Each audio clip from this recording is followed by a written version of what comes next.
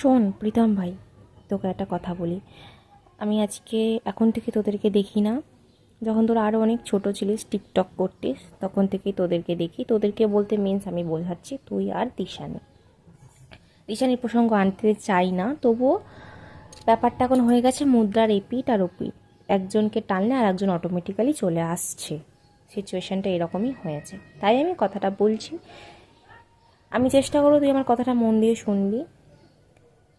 আমার আমার বাড়ি সাউথ 24 পরগনাস, তোর বাড়ি থেকে অনেক দূরে।